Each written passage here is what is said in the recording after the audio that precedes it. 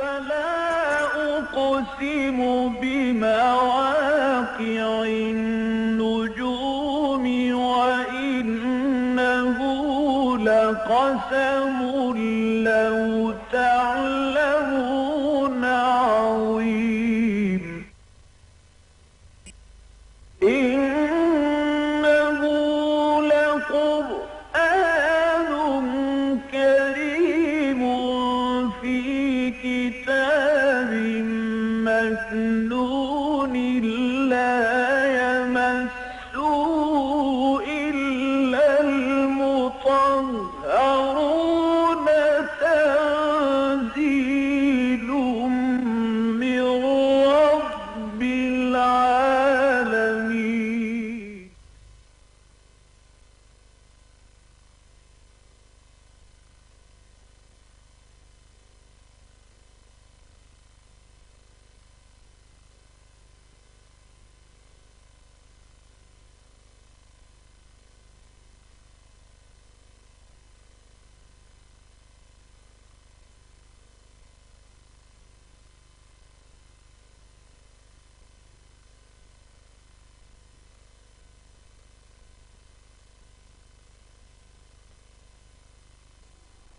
نحمده ونصلي على رسوله الكريم اما بعد فقد قال الله تبارك وتعالى كما ورد في سورة المائدة اعوذ بالله من الشيطان الرجيم بسم الله الرحمن الرحيم ليس على الذين آمنوا وعملوا الصالحات جناح فيما طعموا اذا ما اتقوا وآمنوا وعملوا الصالحات ثم اتقوا وآمنوا ثم اتقوا وأحسنوا والله يحب المحسنين صدق الله العظيم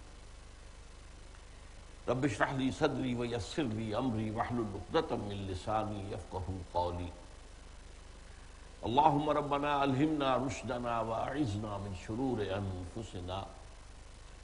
اللهم أرنا الحق حقا وارزقنا اتباعه وأرنا الباطل باطلا وارزقنا اجتنابه اللهم اجعلنا من عبادك المحسنين اللهم اجعلنا من عبادك المحسنين اللهم اجعلنا من عبادك المحسنين آمین یا رب العالمین۔ حضور صلی اللہ علیہ وسلم کی امت جو بنی ہے وہ حضور کی دعوت کی بنیاد پر بنی۔ ایک فرد صلی اللہ علیہ وسلم وہ کھڑے ہوئے ہیں، انہوں نے دعوت دی ہے کہ ایک ایک کر کے لوگ جمع ہوئے ہیں، 10 سال میں بمشکل 100 افراد 125 افراد آئے ہیں، اور پھر آپ کو معلوم ہے کہ اس کے بعد حالات میں تبدیلی آئی ہے اور دروازہ کھل گیا، کھڑکی کھل گئی یثرب کی طرف جو بعد میں مدینۃ النبی بن گیا۔ تو اس سے ہوتے ہوتے ایک امت جو ہے اس نے تشکیل پائی، اور یہ ابتدا ہی سے دعوت، تربیت اور تزکیہ کے مراحل سے گزر کر آئی، لہذا اس امت کا معاملہ اس سابقہ امت سے بہت مختلف تھا۔ ان کے ہاں اخلاق اور کردار کی وہ بلندی کا معاملہ ہو ہی نہیں سکا۔ یہی وجہ ہے کہ ہم دیکھتے ہیں کہ حضرت موسیٰ علیہ السلام کے ذریعے اللہ تعالیٰ نے انہیں نجات دی اور فرعونیوں سے بچایا، اور وہ بھی اتنے بڑے معجزے سے کہ حضرت موسیٰ کی عصا کے ایک ضرب سے سمندر پھٹ گیا۔ لیکن یہ کہ پھر ان لوگوں نے ایسے لوگوں پر سے گزر ہوا کہ جو بتوں کو پوجتے تھے، تو حضرت موسیٰ سے کہا ہمارے لیے بھی ایسے ہی بت بنا دو۔ آپ کو معلوم ہے کہ یہ حال اس قوم کا جو اپنے نبی کے زمانے میں ابھی اسی نبی کے جو ہے بہت بڑے بڑے معجزے وہ مصر میں دیکھ کر آئے تھے۔ 9 معجزے تو مصر میں دیکھ چکے تھے، 10واں سب سے بڑا معجزہ کہیے کہ سمندر کے پھٹنے سے ان کی نجات ہوئی۔ پھر حضرت موسیٰ علیہ السلام کو بلایا گیا تورات دینے کے لیے کوہ طور پر، تو پیچھے بچھڑے کی پرستی شروع کر دی۔ تو یہ میں بتا رہا ہوں کہ اس قوم کا معاملہ جو ہے وہ امت محمد صلی اللہ علیہ وسلم سے اس اعتبار سے بہت مختلف ہے۔ یہ امت بنی تھی دعوت، تربیت، تزکیہ اس کے ذریعے سے، اور وہ امت ایک نسل کی بنیاد پر ایک قومی شکل میں موجود تھی جس میں اللہ تعالیٰ نے ان نبی بھیجے ہیں۔ تو کچھ لوگ نبی کی باتوں کو مانتے بھی تھے، کچھ نہیں بھی مانتے تھے، لیکن بحیثیت قوم جو ہے وہ بنی اسرائیل تو وہ تھے، اس بنی اسرائیل کی قومیت جو ہے وہ تو ان سے ساقط نہیں ہو سکتی تھی۔ لہٰذا ان کے بعد بھی آپ کو معلوم ہے کہ حضرت موسیٰ علیہ السلام نے جب جنگ کا موقع آیا انہوں نے کوڑا جواب دے دیا، فَذْهَبْ أَنْتَ وَرَبُّكَ فَقَاتِلَا إِنَّا هَاهُنَا قَاعِدُونَ۔ 40 برس تک کی سزا مل گئی کہ اسے صحرائے طیبہ بھٹکتے پھرو گے، فَإِنَّهُمْ يَتِيهُونَ فِي الْأَرْضِ 40 سنة۔ 40 سال کے بعد اسی دوران میں حضرت موسیٰ کا انتقال ہو گیا، حضرت ہارون کا انتقال ہو گیا، لیکن 40 سال کے بعد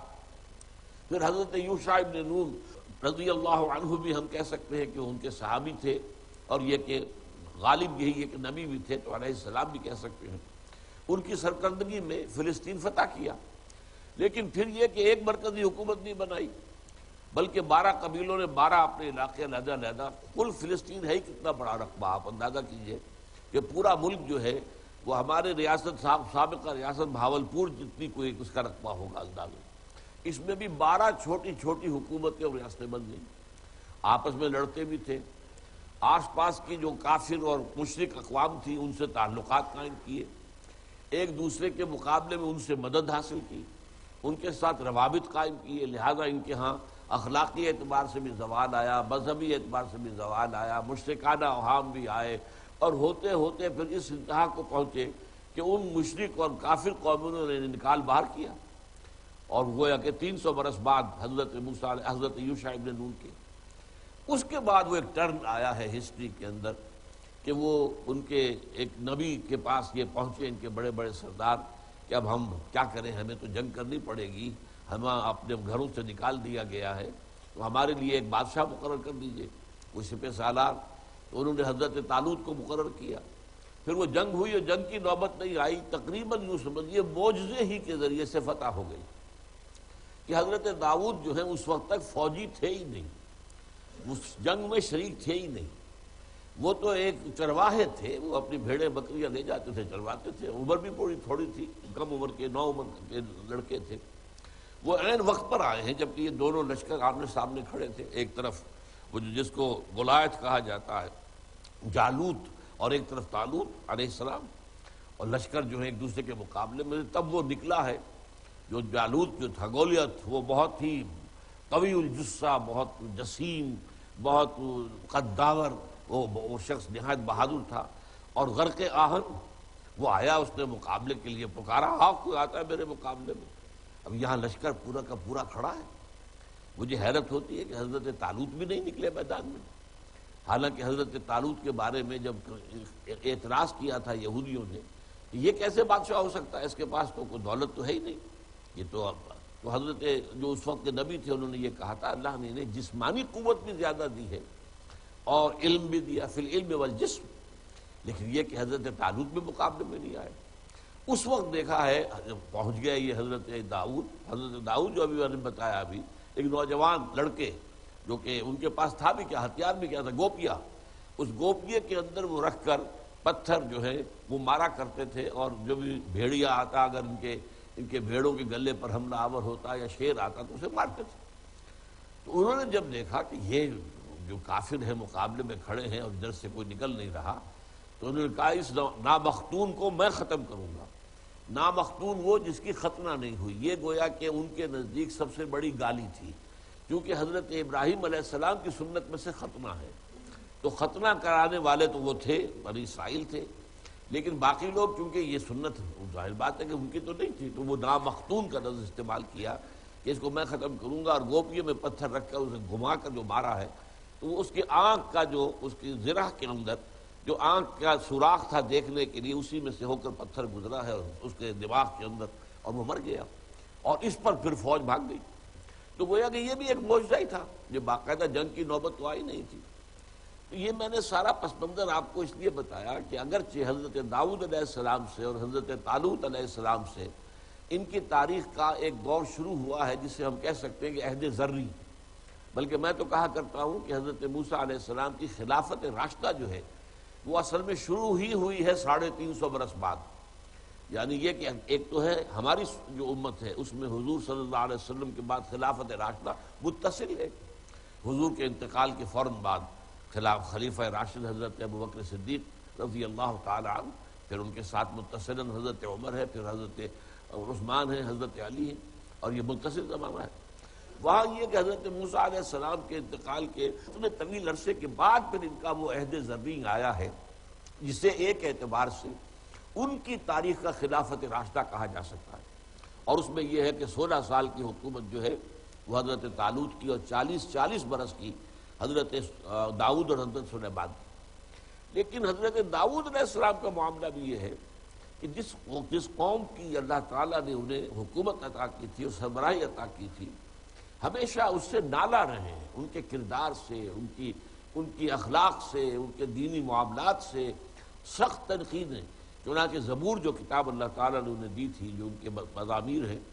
مضمومات ہیں، ان کے اندر سے بہت سخت شدید تنقیدیں جو ہیں وہ حضرت داؤد علیہ السلام کی زبان مبارک کے ذریعے سے بنی اسرائیل کے لیے ہیں۔ معلوم ہوتا ہے کہ ان کا وہ کوئی اخلاقی معیار اتنا اونچا نہیں تھا، بلکہ وہاں پر وہ پستیاں موجود نہیں، اس کے باوجود، اس ساری تاریخ کے گزرنے کے باوجود کہ ان کے اوپر تنقیدیں شدید ترین حضرت داؤد علیہ السلام نے بھی کی اور حضرت عیسیٰ ابن مریم نے بھی کی۔ اب یوں سمجھیے کہ یہ گویا کہ ان کے ہاں ان کی جو تاریخی اعتبار سے ان کی عظمت کا دور ہے وہ حضرت داؤد سے شروع ہوتا ہے،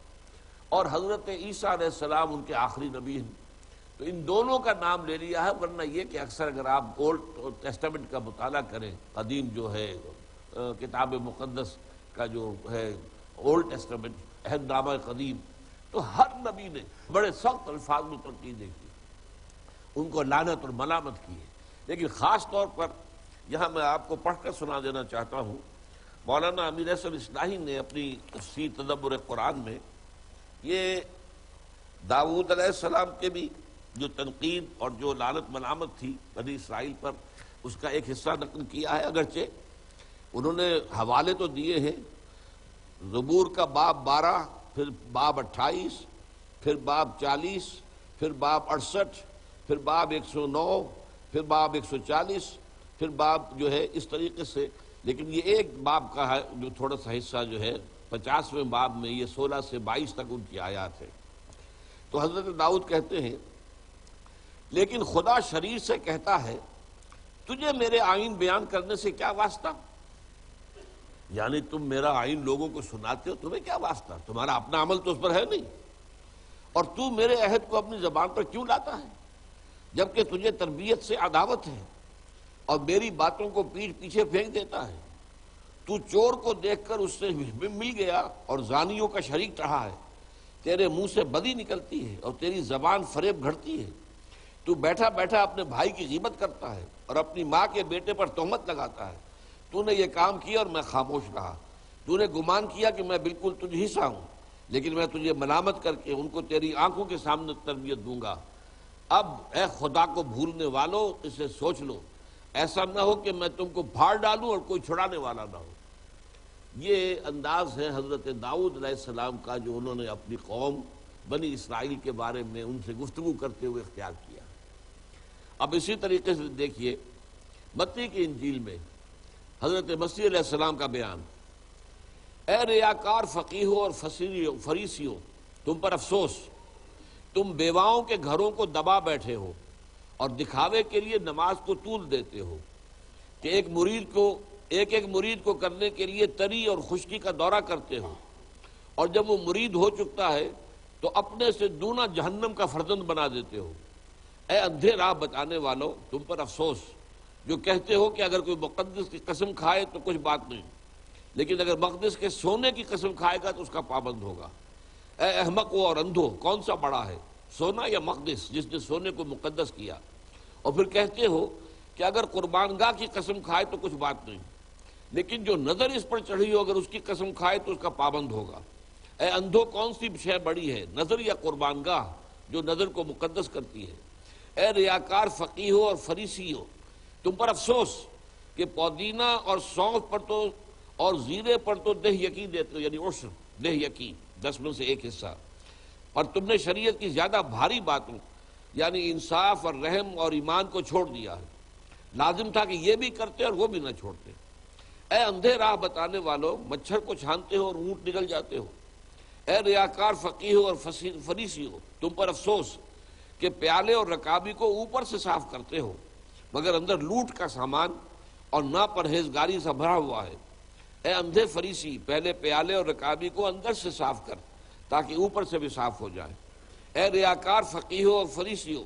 تم پر افسوس کہ تم سفیدی پھری ہوئی قبروں کے مانند ہو، جو اوپر سے تو خوبصورت دکھائی دیتی ہیں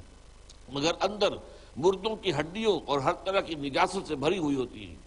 اسی طرح تم میں بھی ظاہر میں تو لوگوں کو راش باز تم بھی ظاہر میں تو لوگوں کو راش باز دکھائی دیتے ہو مگر باطن میں ریاکاری اور بے دینی سے بھرے ہوئے ہو۔ اے ریاکار فقیہوں اور فریسیوں، تم پر افسوس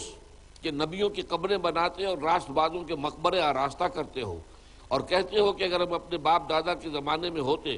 تو نبیوں کے خون میں ان کے شریک نہ ہوتے۔ اس طرح تم اپنی نسبت گواہی دیتے ہو کہ تم نبیوں کے قاتلوں کے فرزند ہو، غرض اپنے باپ دادا کا پیمانہ نہ بھرو۔ اے سانپو، اے افعی کے بچوں،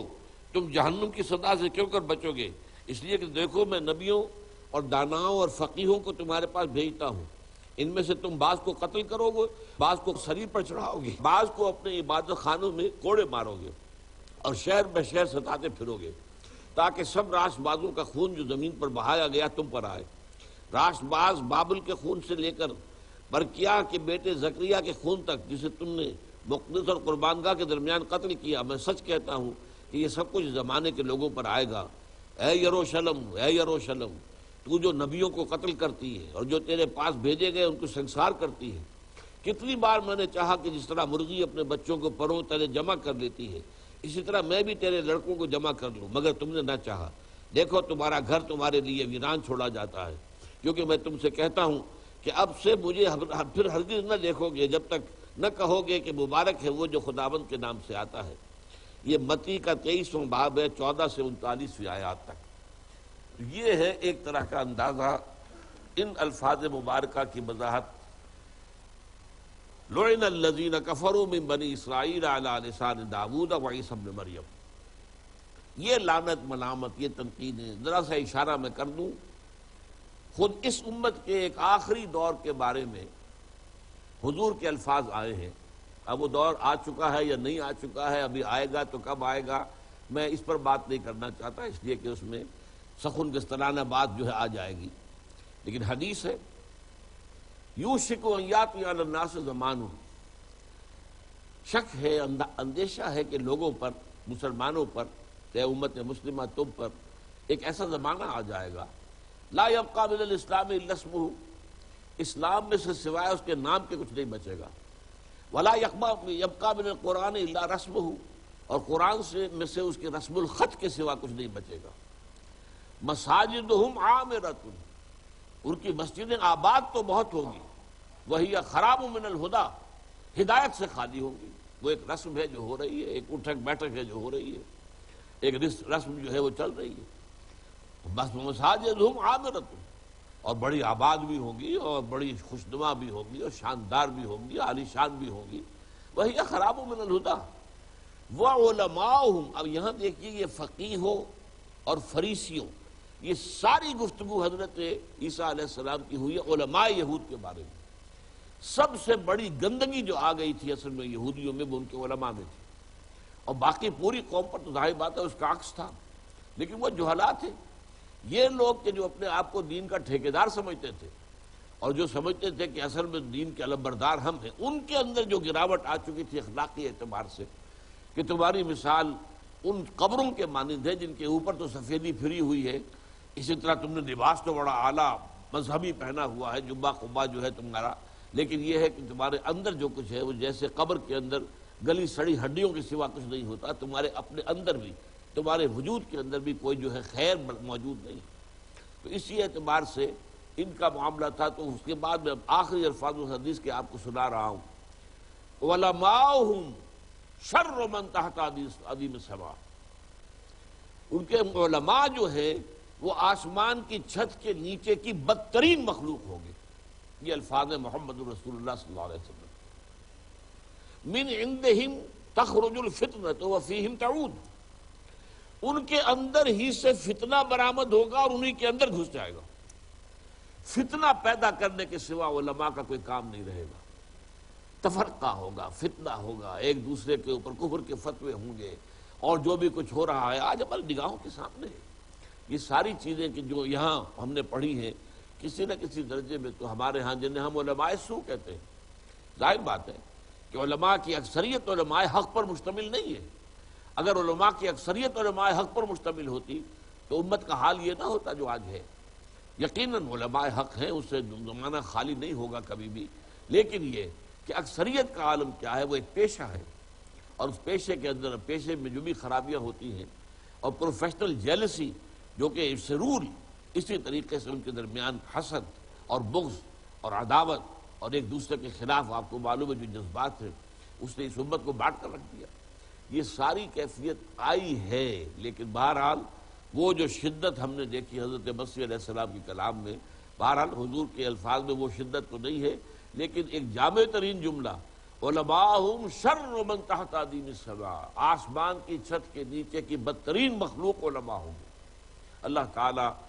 اس کیفیت سے ہمیں محفوظ رکھے، آمین یا رب العالمین۔ لعن الذین کفروا من بنی اسرائیل علی لسان داؤد و عیسی ابن مریم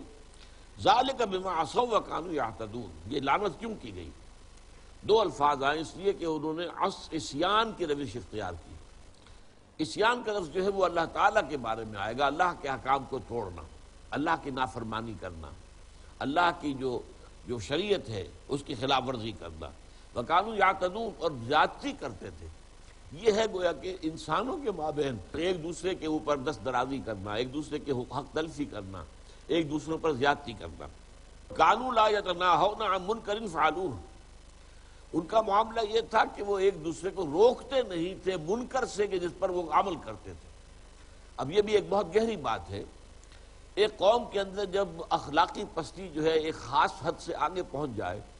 تو اس کے بعد کوئی کسی کو ٹوکتا نہیں۔ میں اگر اسے اس کی برائی پر ٹوکوں گا یہ مجھے پکڑ لے گا، لہذا خاموش رہو۔ کانوا لا یتناہون عن منکر فعلوہ، کے مابین ایسا نہیں تھا کہ گناہ نہیں تھا، گناہ تھا، منکر تھا، برائی ہوتی تھی، لیکن وہ ایک دوسرے کو روکتے نہیں تھے۔ اور نہ روکنا اسی وجہ سے ہوتا ہے کہ ظاہر بات ہے کہ میں کس منہ سے روکوں، میرا اپنا حال کیا ہے، میں اگر اس پر اعتراض کروں گا تو یہ اس سے بڑا اعتراض مجھ پر جڑ دے گا۔ کانوا لا یتناہون عن منکر فعلوہ لبئس ما کانوا یفعلون، یقیناً بہت برا تھا وہ طرز عمل، وہ فعل جو وہ کرتے تھے۔ ترا کثیرا منہم یتولون الذین کفروا، اب یہ حال ہے اس وقت کے بنی اسرائیل کا یا اہل کتاب کا، یہودیوں کا خاص طور پر جو حضور کے زمانے میں موجود تھے۔ تم دیکھو گے ان میں سے اکثر کو کہ وہ دوستی اختیار کرتے کافروں کی، اور یہاں اس سے مراد ہے مشرکین، یعنی مکے کے یہودی جو ہیں وہ مشرکین مکہ کے ساتھ دوستی کرتے تھے۔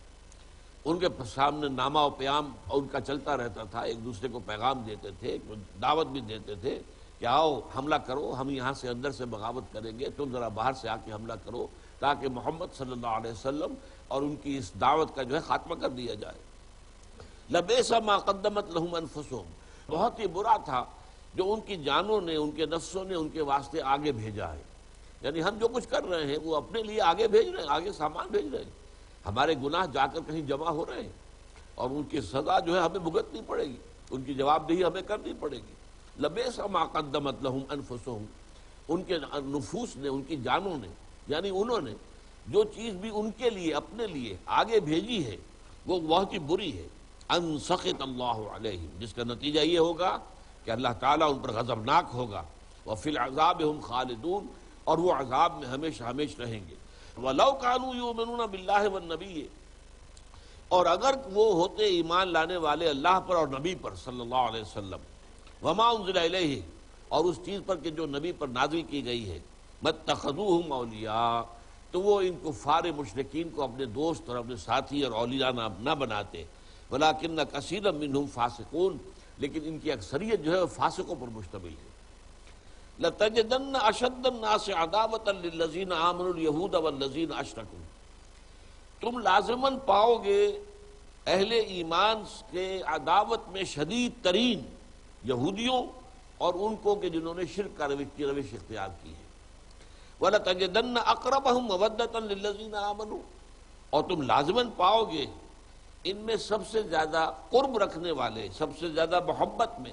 اہل ایمان کے قریب وہ ان لوگوں کو الذین قالوا انا نصارى، جنہوں نے یہ کہا کہ ہم نصارہ ہیں۔ ذالک بان منہم قسیسین ورہبانا وانہم لا یستکبرون، اور یہ اس لیے ہے کہ ان میں عالم بھی ہیں اور درویش لوگ بھی ہیں، وَأَنَّهُمْ لَا يَسْتَكْبِرُونَ، اور یہ کہ وہ استکبار نہیں کرتے، تکبر نہیں کرتے، بلکہ متواضع مزاج کے لوگ ہیں، عجز اختیار کرنے والے ہیں، تکبر اختیار نہیں کرتے۔ اس آیت پر اس سے پہلے ہم گفتگو کر چکے ہیں، اس لیے کہ آیت نمبر 51 جو ہے سورہ مبارکہ کی، اس میں اہل کتاب کو یکجا کیا گیا ہے۔ یا ایھا الذین آمنوا لا تتخذوا اليہود والنصارى اولیاء بعضهم اولیاء بعض، اے ایمان والو، یہود اور عیسائیوں کو، نصارہ کو اپنا دوست مت بناؤ، پشت پناہ نہ بناؤ، حمایتی مت سمجھو، اس لیے کہ وہ تو ایک دوسرے کے حمایتی ہے، پشت پناہ ہے، مددگار ہے، اور اگر تم میں سے کوئی ان کے ساتھ دوستی کی روش اختیار کرے گا فإنہ منہم، تو پھر وہ انہی میں شمار ہوگا۔ تو میں نے اس وقت عرض کیا تھا، اس آیت کا حوالہ دیا تھا کہ تھوڑا سا ایک ظاہری تضاد ان دو آیتوں میں محسوس ہوتا ہے۔ وہاں دونوں کو ایک کہا گیا ہے، یہود اور نصارہ یہ دونوں ایک ہیں، دونوں کی ایک دوسرے سے محبت ہے۔ یہاں ان کا طرز عمل مختلف بیان کیا جا رہا ہے۔ یہود انتہائی شدید دشمن اور مشرکین مکہ انتہائی شدید دشمن، لیکن اس کے برعکس وہ لوگ جو اپنے آپ کو نصارہ کہتے تھے، انہیں ہم آج عیسائی کہتے ہیں، وہ لوگ جو ہیں وہ مسلمانوں سے بہت قریب تھے، اور ان کے اندر جو ہے مسلمانوں کے خلاف کوئی عداوت اور دشمنی، اس کے جذبات موجود نہیں تھے۔ اچھا، یہ ایک واقعہ ہے، اور میں نے اس وقت وضاحت کر دی تھی کہ یہ جو آیت ہے، آیت نمبر 82 جو اب اس وقت ہم پڑھ رہے ہیں، یہ اصل میں اس وقت کی صورتحال کو ڈپکٹ کر رہی ہے جو اس وقت تھی، اور وہ جو آیت نمبر 51 ہے وہ گویا کہ ایک طرح کی پیشن گوئی تھی جو آج پوری ہوئی۔ آج یہودی اور نصرانی ایک ہو چکے ہیں، بلکہ عیسائی جو ہے وہ یہودیوں کے تسلط میں ہیں، ان کے قبضے میں ہیں، وہ یہودیوں کے اعلی کار ہیں، اور یہودی ان سے جو چاہتے ہیں وہ کروا رہے ہیں۔ لیکن جو معاملہ جو اس وقت اس آیت ہم پڑھ رہے ہیں، یہ اس وقت کا تھا۔ اس وقت کی صورت یہ تھی کہ یہودی بدترین دشمن تھے مسلمانوں کے، اور مشرکین بدترین دشمن تھے، اور ان کی آپس میں دوستی تھی اور گٹھ جوڑ تھا، جبکہ عیسائیوں کا معاملہ مختلف ہے۔ تاریخی طور پر ہمیں معلوم ہے کہ ابھی مکی دور ہی تھا حضور کی حیات طیبہ کا، کہ اس وقت وہاں جو شدید ترین پرسیکیوشن ہوئی تو حضور نے اجازت دے دی کہ تم لوگ چاہو تو چلے جاؤ، حبشہ چلے جاؤ، جن سے بھی یہاں کی سختیاں برداشت نہیں ہو رہی ہیں انہیں اجازت دے دی گئی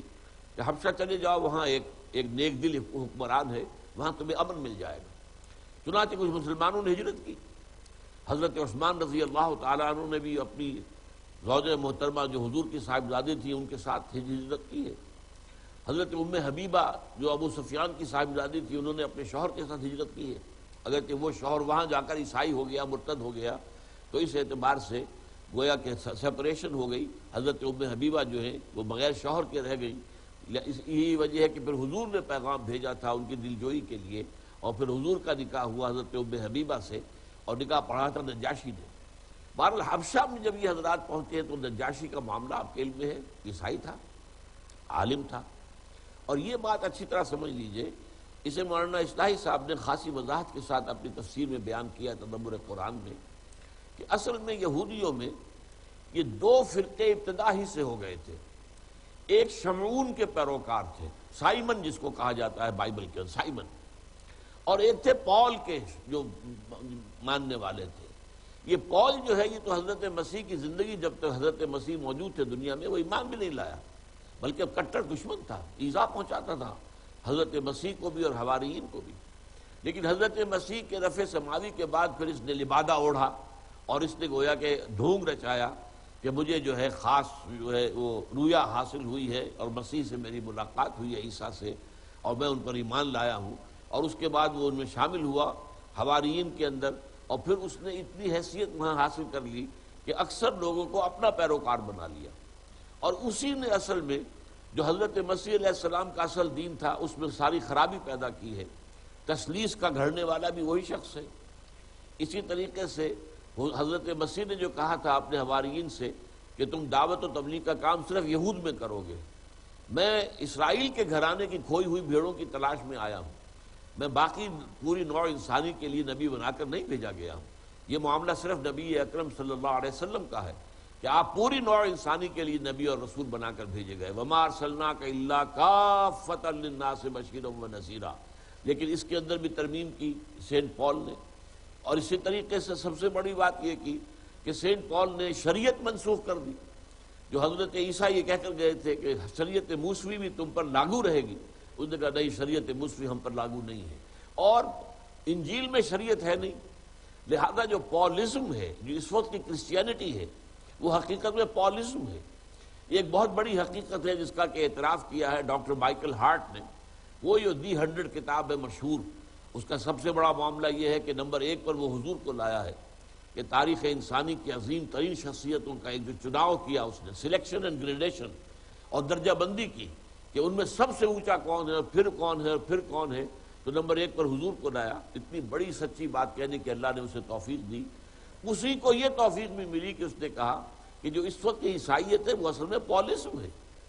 عیسائیت کی حیثیت جو ہے حضرت مسیح علیہ السلام جب تک دنیا میں تھے، اس کی حیثیت یہود کے ایک فرقے کی تھی، یہود کی ایک جماعت کی تھی، بس اس سے زیادہ نہیں تھی. ایک علیحدہ مستقل مذہب کی شکل جو اس نے اختیار کی ہے وہ اصل میں پال کے ذریعے سے، یہ پالزم ہے. تو پالزم میں جو خرابیاں ہیں، آج کی عیسائیت تقریباً پوری کی پوری جو ہے وہ پال کے ماننے والوں پر ہے. یہ سائمن شمعون کے ماننے والے جب تک رہے، اور حضور صلی اللہ علیہ وسلم کے زمانہ بعثت تک یہ لوگ موجود تھے، اور یہ لوگ جن کا میں تذکرہ کر رہا ہوں یہ اپنے آپ کو نصارہ کہتے تھے، جبکہ یہ عیسائی جو ہیں انہوں نے اپنے لیے لفظ کرسچین اختیار کیا تھا. انہوں نے کرسچینٹی اور کرسچین کا لفظ جو ہے پال کے جو ماننے والے تھے انہوں نے اختیار کیا، جبکہ جو حضرت شمعون کے جو پیروکار تھے وہ اپنے آپ کو نصارہ کہتے تھے. اب نصارہ میں اشارہ ادھر بھی ہے کہ مسیح ناصری، حضرت مسیح علیہ السلام کا جو ولادت کا مقام ہے وہ ناصرہ ہے، ایک گاؤں ہے. اسی طریقے سے نحن انصار اللہ والی بات جو آئی ہے تو انصار اس سے بھی نصارہ ہو سکتا ہے. تو گویا کہ ان روایات کے حامل اس وقت تک عیسائی موجود تھے جس وقت کا تذکرہ اس آیت میں ہو رہا ہے. ان میں سے حضرت نجاشی کا معاملہ میں بیان کر رہا تھا کہ جب قریش نے بھیجا ہے عمرو بن العاص کو، اس وقت تک وہ ایمان نہیں لائے تھے، اس لیے میں رضی اللہ تعالیٰ عنہ کے الفاظ استعمال نہیں کر رہا، وہ ایک قریش کے سردار تھے. انہیں بھیجا گیا اس لیے کہ نجاشی سے کچھ ذاتی ان کے مراسم تھے کہ جا کے لے کے آؤ ان کو، جو ہمارے بگوڑے وہاں پہنچ گئے ہیں. وہ گیا وہاں پر، اس نے نجاشی سے کہا کہ ہمارے کچھ غلام بھاگے ہوئے آ گئے ہیں، آپ کے ہاں چھپ گئے ہیں، پناہ لے لی ہے، ہمیں واپس کر دیجیے. انہوں نے بلایا دربار میں کہ پہلے ان سے بات سنوں گا کہ ان کی بات کیا ہے. اور جب وہاں پوچھا گیا تو انہوں نے حضرت جعفر طیار نے رضی اللہ تعالیٰ عنہ حقیقت بیان کی. اس پر جب اس نے دیکھا عمرو بن العاص نے کہ نجاشی جو ہے وہ تو کچھ متاثر ہو رہا ہے، تو اس نے آخری جو ہے ترب کا پتہ جسے کہتے ہیں وہ پھینکا کہ دیکھیں ان سے پوچھیں یہ عیسیٰ کو کیا کہتے ہیں، یہ عیسیٰ کو خدا کا بیٹا نہیں مانتے. ان کا یہ خیال تھا عمرو بن العاص کا کہ اس پر تو بھڑک اٹھے گا نجاشی کہ پوچھے گا کہ کیا کہتے ہو تم عیسیٰ کے بارے میں. تو پھر جب حضرت جعفر طیار رضی اللہ تعالیٰ عنہ نے سورہ مریم کی آیات پڑھی ہیں اور ان میں جو نقشہ کھینچا گیا قال انی عبد اللہ آتانی الکتاب وجعلنی نبیا وجعلنی مبارکا اینما کنت واوصانی بالصلاۃ والزکاۃ ما دمت حیا وبرا بوالدتی ولم یجعلنی جبارا شقیا. تو اس پر اس نے کہا کہ بالکل صحیح پوزیشن حضرت مسیح کی یہی ہے جو ان آیات میں آئی ہے. اور اس نے کہا کہ مسلمانوں تم یہاں رہو، امن سے رہو، چین سے رہو، اطمینان سے رہو، تمہیں کوئی کچھ نہیں کہہ سکتا. اور عمرو بن العاص سے یہ کہا کہ اگر تم ایک پہاڑ جتنا سونا بھی میرے پاس مجھے دو گے کہ میں ان لوگوں کو تمہارے حوالے کر دوں تب بھی میں انہیں تمہارے حوالے نہیں کروں گا. اب یہ نجاشی کا کردار ہے، وہ عیسائی تھے. اسی طرح جو مقوقس شاہ مصر تھا وہ بھی پیٹریارک تھا اصل میں مصر کا. اس کے پاس حضور نے جب خط بھیجا ہے اپنا نامہ مبارک صلح حدیبیہ کے بعد، اس نے انتہائی احترام کیا حضور کے سفیر کا، حضور کی خدمت میں تحفے بھیجے. حضرت ماریہ قبطیہ رضی اللہ تعالیٰ عنہ جن سے حضرت ابراہیم کی ولادت ہوئی ہے حضور کی عمر کے آخری دور میں، تو آپ وہ وہاں سے آئی تھی اور انہوں نے بھیجا تھا. تو اسی طریقے سے ایک اور بھی تھی جن کو حضور نے حسان ابن ثابت رضی اللہ تعالیٰ عنہ کو دے دیا تھا، انہوں نے بڑی عزت کی. اسی طریقے سے ہرقل کے بارے میں آتا ہے کہ جب اس کے پاس حضور کا خط پہنچا تھا، ہرقلیس ہرقل، اور یہ اس وقت کا جو ہے یوں سمجھیے کہ قیصر اور یہ تھا روم کا شہنشاہ، اس کے پاس جب خط پہنچا ہے تو وہ خط پڑھتے ہی وہ بھی پہچان گیا کہ یہ وہی نبی ہے جس کا کہ ہم انتظار کر رہے تھے. لیکن اب یہ کہ اس کے پاؤں میں بیڑیاں پڑی ہوئی تھی، اتنی بڑی سلطنت اور اس کی جو بادشاہت ہے، اس کی حکومت ہے، اس نے کوشش یہ کی کہ تقریباً 250 برس قبل جو واقعہ پیش آیا تھا دوبارہ وہی ہو جائے۔ 250 برس قبل سن 300 عیسوی میں، 300 کے کچھ بعد ہوا کیا تھا کہ کانسٹنٹائن جو ایمپرر تھا روم کا، اس نے عیسائیت قبول کی تھی اور پوری رومن امپائر عیسائی ہو گئی تھی۔ یہ ٹرننگ پوائنٹ ہے یہودیوں اور عیسائیوں کے معاملے میں۔ ان کی جو تعلقات رہے ہیں اس سے پہلے جو ہے یہودی انتہائی ستاتے تھے عیسائیوں کو، بہت پرسیکیوٹ کرتے تھے کہ یہ ہمارے جو ہیں یہ لوگ جو ہیں ہمارے دین کے باغی ہیں۔ لیکن اب جب عیسائی جو ہیں اب وہ پوری سلطنت عیسائی ہو گئی اور جو ہے قیصر روم عیسائی ہو گیا، تو اب عیسائیوں کا ہاتھ اوپر ہو گیا، انہوں نے پھر جو ہے بدلے لیے ہیں، چکائے ہیں یہودیوں کے ساتھ۔ تو اس وقت جو صورتحال چل رہی تھی ان کی آپس میں دوستی نہیں تھی۔ ہیراکلیس کو جب معلوم ہوا کہ ایک قافلہ آیا ہوا ہے اور حضرت ابو سفیان بعد میں ایمان لے آئے ہیں رضی اللہ تعالی عنہ، یہ گئے ہوئے تھے قافلہ لے کر اور یہ قریب ہی تھے، وہاں یروشلم کے قریب تھے۔ تو اس نے کہا کوئی آیا ہوا ہے عرب کا قافلہ وغیرہ، تجارت کے لیے قافلے جایا کرتے تھے، معلوم وہاں ہے۔ بلایا گیا، دربار میں پیشی ہوئی، تو ابو سفیان سے سوالات اس نے کیے، ایسے سوال کیے پوائنٹڈلی جس سے یہ بات جواب میں واضح ہوتا جا رہا تھا کہ واقعی محمد نبی ہے۔ ان کا خاندان کیسا ہے، ان کا کردار کیسا ہے، ان کی تعلیمات کیسی ہیں، کہیں ان کے خاندان میں کوئی بادشاہ تو نہیں رہا تھا۔ تو محسوس ہوتا جا رہا تھا کہ وہ کریت کر ایسے سوال کر رہا تھا جس سے یہ بات جواب میں واضح ہوتا جا رہا تھا کہ واقعی محمد نبی ہے۔ ابو سفیان یہ کہتے ہیں کہ میرا جی چاہتا تھا بار بار کہ میں جھوٹ بولوں اور میں محمد کے بارے میں ایسی باتیں کہوں جس سے کہ وہاں نفرت پیدا ہو، لیکن میرے ساتھ عرب ساتھی تھے، میرے مکے کے لوگ تھے۔ میں نے سوچا کہ یہ کیا کہیں گے کہ اتنا بڑا سردار ہمارا یہ ابو سفیان جو ہے یہ جھوٹ بول رہا ہے، اس لیے کہ ظاہر بات ہے کہ وہ سب لوگ تو جانتے تھے کہ محمد صلی اللہ علیہ وسلم اور آپ کے ساتھیوں کا کردار کیا، آپ کی تعلیمات کیا ہے، لہذا سچ بیان کیا سارا مجبوراً، اور اس سچ کی بنا پر صورت بن گئی تھی کہ سب درباریوں نے محسوس کیا کہ یہ تو ابھی مان لے آئے گا، لہذا ان کے نتھنوں سے جو ہے ان کے سانسوں کی آوازیں آنی شروع ہوئیں اور ان کے غصے اور غیظ و غضب کا اظہار شروع ہوا، تو پھر ہرقل رہ گیا۔ لیکن اس نے بھی ظاہر بات ہے کہ کوئی گستاخی حضور کی شان میں نہیں کی اور آپ کے نام مبارک کی یا آپ کے سفیر کی کوئی توہین نہیں کی۔ یہ ساری باتیں میں آپ کو اس لیے بتا رہا ہوں تاکہ معلوم ہو جائے کہ اس وقت کا معاملہ عیسائیوں کا کچھ اور تھا، اس لیے کہ اس وقت تک کے عیسائی جو ہیں وہ سارے کے سارے وہ پول کے ماننے والے نہیں تھے، بلکہ ان میں بہت سی بڑی تعداد جو ہے وہ حضرت شمعون یا سائمن جس کو یہ کہتے ہیں ان کے پیروکاروں میں تھی۔ ان کے ہاں توحید بھی ابھی برقرار تھی اور ان کے اندر اور بھی اچھی باتیں جو ہے موجود تھیں، اور یہ ان میں سے تھے اور یہ اپنے آپ کو نصارہ کہتے تھے، جبکہ یہ پول کے جو ماننے والے تھے یہ اپنے آپ کو عیسائی کہتے تھے۔ انہوں نے کرسچن کا لفظ حضرت مسیح کی طرف، جیسے کہ ہمارے بارے میں کہہ دیا جاتا ہے یورپ میں محمڈنز، یہ گویا کہ وہ اپنے طریقے پر کہ جیسے حضرت عیسائی کے ساتھ حضرت عیسیٰ کے ماننے والوں کو عیسائی، کرائسٹ کو ماننے والے کرسچنز، اسی طرح محمد کے ماننے والے صلی اللہ علیہ وسلم وہ گویا کہ محمڈنز ہیں۔ لیکن یہ ہمارا تو طریقہ کار یہ نہیں ہے، ہم تو اللہ اور اس کے رسول کے ماننے والے ہیں، اللہ کے بندے ہیں، مسلمان ہیں۔ ہوا سماکم المسلمین من قبل وفی ھذا۔ تو یہ صورتحال جو ہے اس صورت میں یہ آیت جو ہے جیسا کہ میں نے عرض کیا یہ اس وقت کی صورتحال کو ڈپکٹ کر رہی ہے کہ یہودی بدترین دشمن تھے مسلمانوں کے اور حضور کے اور اسلام کے۔ لَتَجِدَنَّ أَشَدَّ النَّاسِ عَدَاوَةً لِلَّذِينَ آمَنُوا، اہل ایمان کی عداوت میں انسانوں میں سب سے شدید تم پاؤ گے الیہود والذین اشرکوا، یہود کو اور مشرکوں کو، مشرکین مکہ یا مشرکین عرب کہہ لیجئے اور یہودی، ان کا گٹھ جوڑ تھا حضور کے خلاف صلی اللہ علیہ وسلم۔ لیکن وَلَتَجِدَنَّ أَقْرَبَهُمْ مَوَدَّةً لِلَّذِينَ آمَنُوا الَّذِينَ قَالُوا إِنَّا نَصَارَىٰ، لیکن محبت کے اعتبار سے یا قرب جو ہے قرابت کے اعتبار سے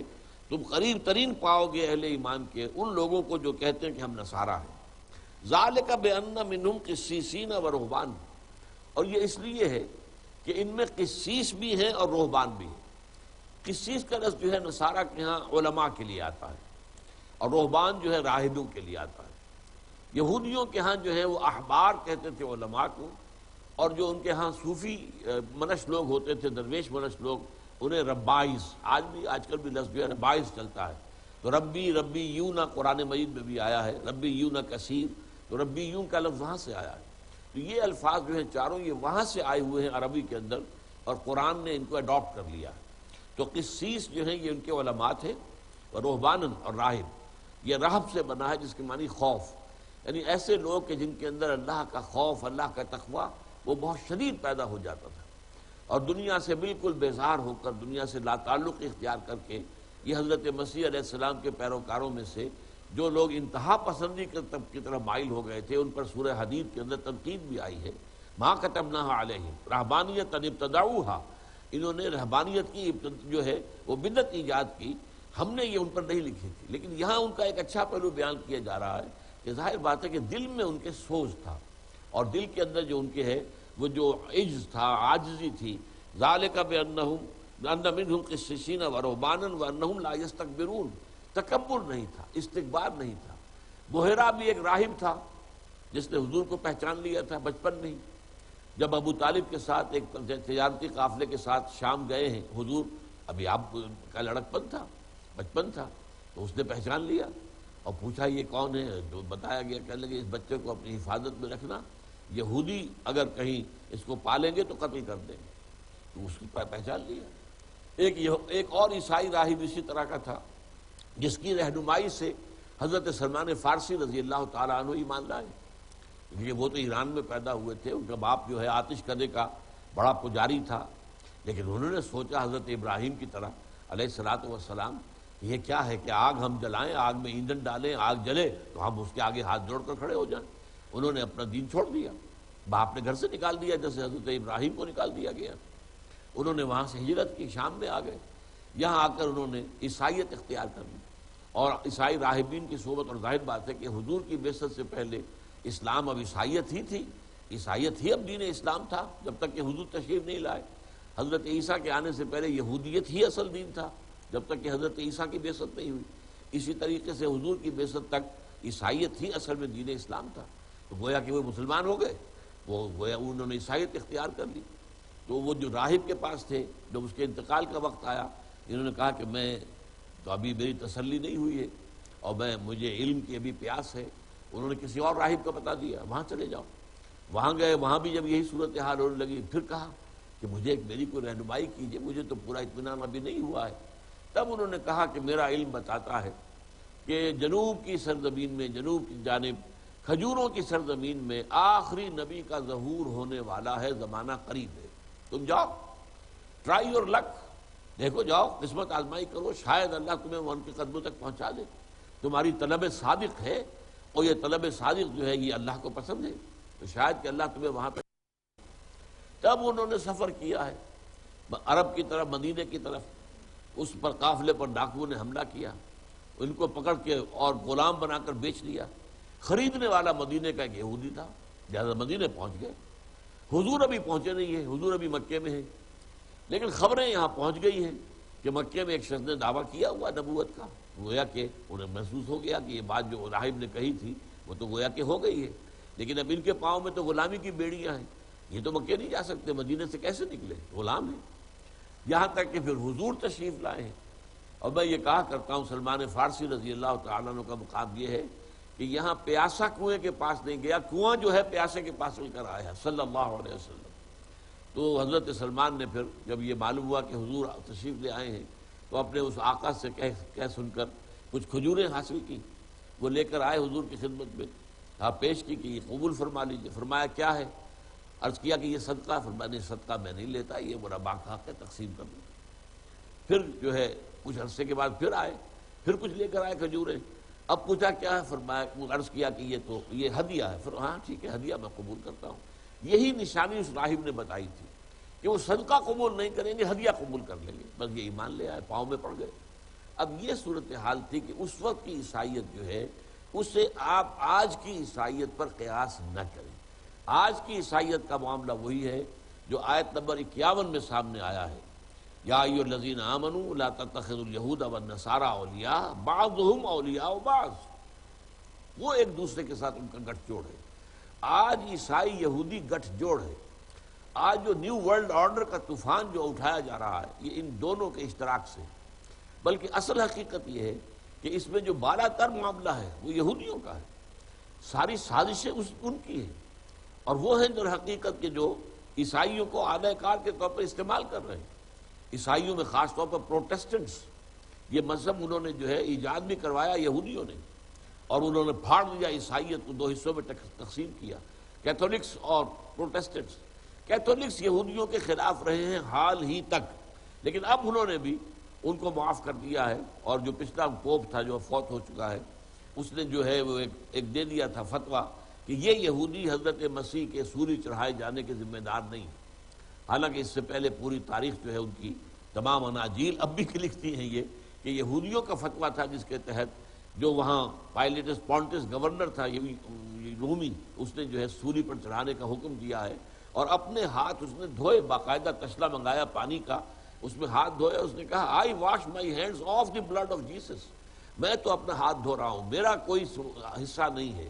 جیسس کا خون بہانے میں میرا کوئی دخل نہیں ہے، یہ تمہارا اصرار ہے. یہ اصل میں جو آٹونومی انہوں نے دے رکھی تھی یہودیوں کو مذہبی طور پر، تو اس میں ان کی پابندی تھی کہ یہودیوں کا کوئی جو بھی ان کا جو دو فقہا کا جس کو ہیڈن کہتے تھے، وہ وہاں سے جو فتویٰ آ جائے گا مذہبی اعتبار سے، اس کو ایگزیکیوٹ کرنے کے پابند ہوں گے. یہ ان کا آپس میں گویا کہ ایک طرح کی انڈرسٹینڈنگ تھی. لہذا پائلیٹس پونٹس نے پھر دیا ٹھیک ہے اس کو جا کے سولی چڑھا دو. واقعی یہ کہ وہ حضرت مسیح تو تھے ہی نہیں، وہ تو کوئی اور تھا، وہ تو جوڈاس اسکریوٹ تھا جس نے غداری کر کے حضرت مسیح کو اس وقت کی جو تاریخ ہے اس کے مطابق گرفتار کرایا تھا. حضرت مسیح کو تو جس باغ میں وہ روپوش تھے وہاں پر ابھی رومی سپاہی داخل ہوئے ہیں، ہوئے بھی نہیں ہیں. جوڈاس صرف اندر آیا ہے اور اس نے کہا تھا کہ تم ذرا باہر ٹھہرو، تھوڑی دیر کے بعد اندر آنا، جس کو میں کہوں اے میرے استاد، بس اس کو پکڑ لینا، وہی مسیح ہے. رومنس جانتے نہیں تھے زیادہ حضرت مسیح کو، رومی سپاہیوں کو کیا سروکار تھا اس. بس وہ ہوا کہ لیکن جب یہ داخل ہوا ہے عین اسی وقت چھت پھٹی ہے اس کمرے کی، کوٹھری کی. باغوں میں جیسے آپ کو معلوم ہوتا ہے کوٹھریاں ہوتی ہیں، اس کے اندر کوئی رکھے ہوئے ہوتے ہیں آلات جو ہے، کوئی کھرپے، کوئی دلہاتیاں، کچھ اور کسیاں وسیاں. وہیں پر حضرت مسیح تھے جو عبادت کر رہے تھے. تو اسی وقت چھت پھٹی ہے، 4 فرشتے اترے ہیں اور حضرت مسیح کو اٹھا کر وہ آسمان پر لے گئے. اور اس شخص کی جوڈاس اسکریوٹ کی شکل بنا دی گئی حضرت مسیح کی. اب یہ باہر آیا ہے تو بقیہ جو وہاں پر حواری تھے انہوں نے کہا ہے ہمارے استاد. اسی وقت جو ہے وہ جو ہے رومی سپاہی داخل انہوں نے اس کو پکڑ لیا اور اسی کو سولی چڑھایا. یہ ساری تفصیل جو انجیل برنباس میں ہے. برنباس بھی حضرت مسیح کے حوارین میں سے ایک تھے، اور ان کی انجیل جو ہے وہ صحیح ترین انجیل ہے. اور اس میں جس قدر کثرت کے ساتھ اور جس کا تکرار کے ساتھ حضور صلی اللہ علیہ وسلم کی پیشین گوئیاں وارد ہوئی ہیں، وہ واقعتاً لائق مطالعہ ہے. اور یہ کہہ دیتے ہیں یہ لوگ کہ کسی مسلمان نے لکھی ہوگی، ہمارے ہاں تو اس کا تذکرہ ہی نہیں تھا. سرے سے پورے 1200-1300 برس تک انجیل برنباس کا ذکر ہمارے ہاں کسی نے نہیں کیا، کسی عالم دین نے نہیں کیا. نہ حضور نے فرمایا اس کے بارے میں کچھ، نہ قرآن مجید میں تذکرہ ہے، نہ اس کے بعد ہماری کتابوں میں کوئی تذکرہ ہے. کسی مسلمان نے لکھی ہوتی تو ہمارے ہاں تذکرہ ہوتا اس کا، اسے دلیل کے طور پر پیش کرتے، عیسائیوں کے خلاف مناظرے میں اس کا حوالہ دیتے. لیکن نہیں، یہ تو پوپ کی لائبریری سے یہ نسخہ برآمد ہوا ہے اور پھر وہ چھپا ہے، اور اب دنیا کے اندر وہ عام ہے. برنباس ایونجیلیم برنابے جو برنباس کی انجیل ہے، اس سے یہ معلوم ہوا. بہرحال صورتحال جو میں نے آپ سے عرض کی وہ یہ ہے کہ یہودیوں اور عیسائیوں کے درمیان یہ فرق جو اس آیت میں سامنے آ رہا ہے، اور جو بہت نمایاں فرق ہے، تاریخی اعتبار سے ثابت ہے فرق، کہ بدترین دشمنی یہودیوں اور مشرکین عرب کو تھی اور ان کا آپس میں گٹھ جوڑ تھا. لیکن مسلمانوں اس کے ساتھ ایک نرم دل رکھنے والے اگر تھے تو وہ عیسائی تھے. نجران کے عیسائیوں کا وفد بھی جب آیا تھا تو ان کے جو بڑے دونوں سردار تھے وہ دل میں جو ہے قائل ہو گئے تھے. اور جب جیسا کہ ہم سورہ آل عمران میں پڑھ چکے ہیں، جب آخر میں جب مناظرے کی اختتام ہو گیا اور بات کو انہوں نے نہیں مانی تو پھر آپ کو معلوم ہے مباہلے کی دعوت دی گئی. مباہلے سے وہ بھاگ گئے اور راتوں رات جو ہے وہاں سے نکل گئے. مباہلہ کرنے کی جرت نہیں ہوئی. اس حوالے سے انہوں نے بھی پہچان لیا تھا، لیکن ان کو بھی صورت یہی پیش آئی تھی کہ وہاں اصل میں جب وہ آ رہے تھے تو یہ 2 بھائی تھے اصل میں. تو ان میں سے جو بڑا تھا وہ اسقف تھا ان کا، تو وہ چھوٹے کے گھوڑے نے یا اونٹ ہو جو بھی ہو اس نے کو ٹھوکر کھائی. تو اس نے کہا تعیس الابعد، ہلاک ہو جائے وہ دور والا. اس نے کہا بڑے نے کہ یہ دور والا کون، کس کو کہہ رہے ہو؟ تو محمد کو صلی اللہ علیہ وسلم. نہیں مت کہو، وہ اللہ کا نبی ہے. تو اس نے کہا پھر مانتے کیوں نہیں؟ کہ اگر ہم مان لیں گے تو ہمیں جو مراعات حاصل ہیں جو ہرقل کی طرف سے، سلطنت روما کی طرف سے جو ہمیں مراعات ملتی ہے، ہمیں مدد ملتی ہے، وہ ہمارا سلسلہ بند ہو جائے گا، لہذا مانیں گے تو نہیں، لیکن حقیقت میں تو وہ نبی ہے صلی اللہ علیہ وسلم۔ تو یہ ہے اصل میں فرق اس وقت کے نصارہ کا اور آج کے نصارہ کا۔ آج کا معاملہ جو آیت نمبر 51 ہے اس سورہ مبارکہ کی، اس کے سامنے اس میں واضح ہوتا ہے، اور جو اس وقت کا معاملہ تھا وہ اس آیت میں ہے۔ ذالک بان منہم قسیسین ورہبانا وانہم لا یستکبرون۔ اس کے بعد جو یہ آیت ہے، اب وقت تو ہے نہیں، صرف میں اجمالاً عرض کر دیتا ہوں۔ وَإِذَا سَمِعُوا مَا أُنزِلَ إِلَى الرَّسُولِ تَرَىٰ أَعْيُنَهُمْ تَفِيضُ مِنَ الدَّمْعِ مِمَّا عَرَفُوا مِنَ الْحَقِّ۔ یہ حضرت نجاشی کا جو واقعہ ہو گیا تھا، اس کے بعد ظاہر ہے کہ وہاں مسلمان رہے ہیں تو اسلام کچھ پھیلا ہے، تو بہت سے لوگ وہاں پر جو تھے وہ اسلام لے آئے ہیں۔ تو ہجرت کے کئی سال کے بعد وہاں سے پھر 70 افراد جو نو مسلم تھے، پہلے عیسائی تھے اب مسلمان چکے، ان کا ایک وفد حضور کی خدمت میں آیا۔ مسلمان تو واپس آ چکے تھے وہاں سے، اس کے بعد وہاں پہ جو لوگ جو عیسائی مسلمان ہوئے تھے ان کا 70 کا ایک جو ہے وفد آیا۔ وہ جب آیا ہے مدینے میں، اور یہاں انہیں پھر قرآن مزید پڑھ کر سنایا گیا۔ ظاہر بات ہے کہ اس وقت حضرت جعفر طیار نے جو قرآن انہیں تھوڑا سنایا تھا، اس وقت تک قرآن نازل بھی تھوڑا ہی ہوا تھا، بہت تھوڑا ہوا تھا ابھی۔ اب یہاں جو انہیں قرآن سنایا گیا تو ان کے دلوں کے اندر وہی جو دلوں میں ان میں نرمی تھی، گداس تھا، ان کے دلوں میں تکبر نہیں تھا، اس کی وجہ سے نتیجہ یہ نکلا کہ ان کے آنکھوں سے آنسو کی ندیاں نوا ہو گئی۔ وَإِذَا سَمِعُوا، اور جب انہوں نے سنا مَا أُنزِلَ إِلَى الرَّسُولِ، جو کچھ نازل کیا گیا رسول کی طرف صلی اللہ علیہ وسلم، تَرَىٰ أَعْيُنَهُمْ، تم دیکھتے ہو ان کی آنکھوں کو تفیض من الدمع، کہ ابل پڑی ہے آنسوؤں سے، مما عرفوا من الحق، حق کے پہچان کی وجہ سے، حق کا تیر جا کر لگا ہے دل پر، جس سے وہ دل گداس دل کے اندر جو ہے یہ کیفیات پیدا ہوئی ہیں۔ یقولون ربنا آمنا، اور وہ کہہ رہے ہیں کہ اے پروردگار ہم ایمان لے آئے، فاکتبنا مع الشاہدین، تو ہمیں بھی گواہوں میں شامل کر لے، ہمارا نام بھی گواہوں میں شامل کر لے کہ ہم گواہی دیتے ہیں کہ تیرے سوا کوئی معبود نہیں، اور یہ محمد جو ہے صلی اللہ علیہ وسلم یہ تیرے رسول ہیں۔ وما لنا لا نؤمن باللہ، اور کیا ہوا ہمیں، کیسے ممکن ہے کہ ہم ایمان نہ لائیں اللہ پر، وما جاءنا من الحق، اور اس چیز پر کہ جو ہم تک پہنچی ہے حق میں سے، یعنی یہ قرآن۔ ونطمع ان يدخلنا ربنا مع القوم الصالحین، ہمیں تو بڑی ہم طمع رکھتے ہیں، ہماری خواہش ہے، ہم یہ چاہتے ہیں کہ ہمارا پروردگار ہمیں داخل کرے اپنے نیک بندوں کے ساتھ، جنت میں ہماری جو ہے وہ معیت جو ہے وہ اپنے نیک بندوں کے ساتھ کرے۔ فَأَصَابَهُمُ اللَّهُ بِمَا قَالُوا جَنَّاتٌ تَجْرِي مِن تَحْتِهَا الْأَنْهَارُ خَالِدِينَ فِيهَا، تو بدلے میں ثواب کے طور پر اللہ تعالیٰ نے انہیں عطا فرمایا، یعنی یہ کہ اگرچہ وہ ہوگا تو قیامت کے بعد، لیکن فیصلہ یہی ہو چکا ہے، تو اس لیے اسے ماضی کے صیغے میں قطعی اور یقینی ہونے کے اعتبار سے اللہ نے انہیں جو کچھ انہوں نے کہا تھا، جو ان کا قول تھا، جو کچھ انہوں نے کہا، اس کے بدولت